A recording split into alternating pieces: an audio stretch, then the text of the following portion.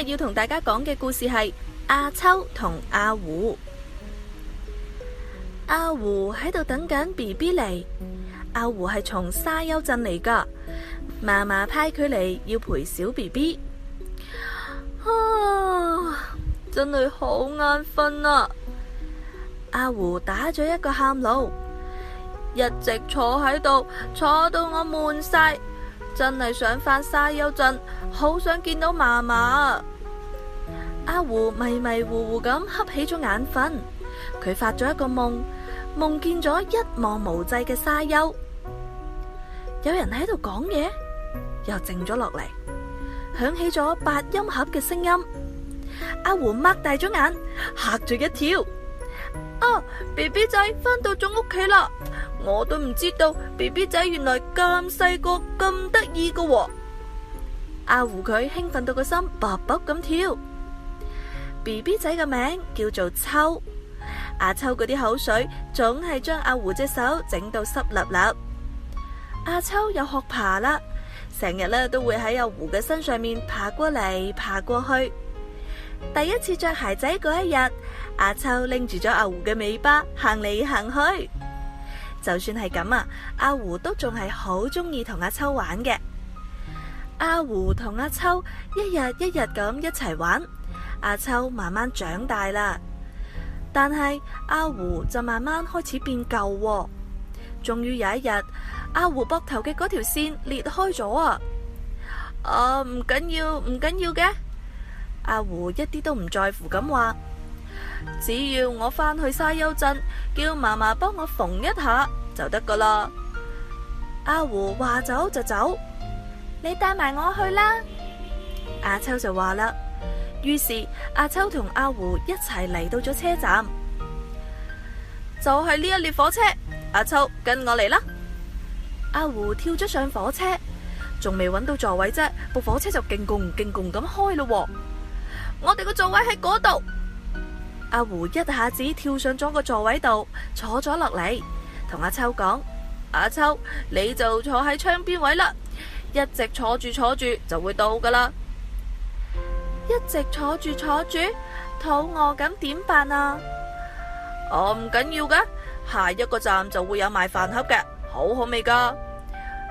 火車到咗下一個站啦，阿胡就跑去買飯盒。我要去啊！阿胡有啲擔心咁話：阿秋，你喺呢度等我，火車要停5分鐘噶，唔使驚。喺賣飯盒嘅嗰部車仔前面，乘客已經排起咗長長嘅隊啦。呢一次阿胡有啲擔心，哎呀死火啦，得返3分鐘啫，就快要開車啦。阿胡都仲未返嚟，阿秋就開始急啦。車門終於要關啦，部火車又勁共咁開咯。等啊等，等到最後，阿胡都係冇返嚟。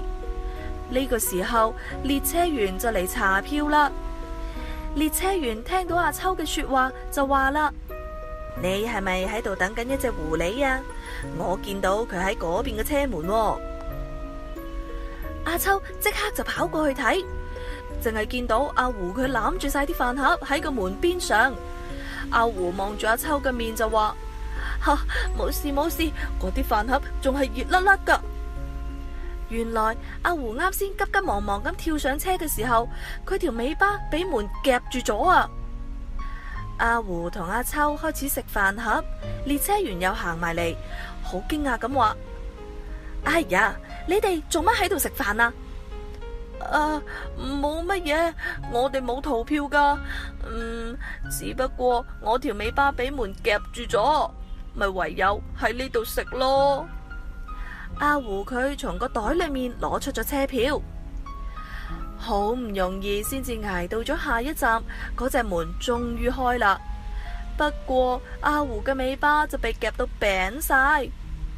翻返去座位度，列車員又行過嚟，佢用繃帶幫阿胡將條尾巴連咗起身。我哋就咁坐住咯。阿胡同阿秋一直都坐喺車上面，望住車窗外面。驚弓，佢哋一路坐。阿秋都真係第一次睇到沙丘咋。佢哋兩個人喺沙上面踩起咗腳印。咦，阿胡，你睇下呢個係邊個嘅腳印？係邊個噶？兩個人開始跟住啲腳印一路行。突然之間，從樹林裏面跳咗一隻大狗出嚟，咁一路喺度聞住阿胡。阿秋，唔使驚，有我喺度啊！阿胡啱啱講完啫，嗰隻大狗一口就咬住咗阿胡，突咁仲向住沙丘嘅頂跑走咗。阿秋跟住隻大狗喺後面一路追上去，往住沙丘上面爬。阿秋終於爬到上沙丘頂啦，佢見到咗大海，聽到咗海浪嘅聲音，但係就揾唔到隻大狗喎。阿胡，阿胡，你去咗邊度啊？阿秋喺度叫，但係除咗聽到海浪聲，乜嘢都聽唔到。阿秋睇到地下有大狗嘅腳印，跟住佢發現喺個沙裏面好似埋住咗啲嘢，於是乎阿秋就挖啊挖，阿胡就從沙裏面露咗出嚟。阿秋即刻抱起咗阿胡就問：你冇事啊嘛？冇事，冇事。阿胡細聲咁話：睇下係大海啊！阿秋孭住阿胡行落咗沙丘。嫲嫲嘅屋企喺邊度啊？但係無論阿秋點問，阿胡都只係細聲咁話：冇事，冇事噶。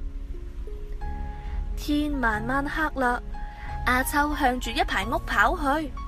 呢個時候佢見到嫲嫲企咗喺門口等。嫲嫲，嫲嫲，你快啲嚟救下阿胡啦！聽到阿秋嘅說話，嫲嫲就話啦：阿秋，你放心啦，你哋總算翻到嚟啦，嚟，快啲入屋啦！哎呀，你睇下，手同腳仔都就快要跌落嚟啦，膊頭亦都鬆咗線，尾巴又扎到扁晒。嫲嫲將阿胡嘅全身都仔細檢查咗一次，然後又將佢縫到實實正正。好啦，淨係剩低尾巴啦。被壓扁咗嘅尾巴最好呢就係沖個涼。嫲嫲嘅說話都未講完，沖涼？我唔沖涼，我唔沖涼啊！我從來都未沖過熱水涼噶。阿胡從嫲嫲隻腳上面跳咗落嚟，走咗去。但係嫲嫲又捉翻佢翻嚟，一下就將佢劈咗入個浴缸度。啊，好舒服啊！阿秋就話啦：阿胡，你第一次沖涼覺得點啊？聽到嫲嫲咁樣一問，阿胡又話啦：比起埋喺沙度，不知要好幾百倍啊！沖完涼，用浴巾抹乾淨個身，阿胡條尾巴又變翻原來咁靚咯。而且阿胡簡直就好似一隻啱啱整好嘅狐狸仔咁。過咗一日又一日，阿胡同阿秋就要翻屋企啦。阿胡話：去嫲嫲屋企好好玩啊，係咪？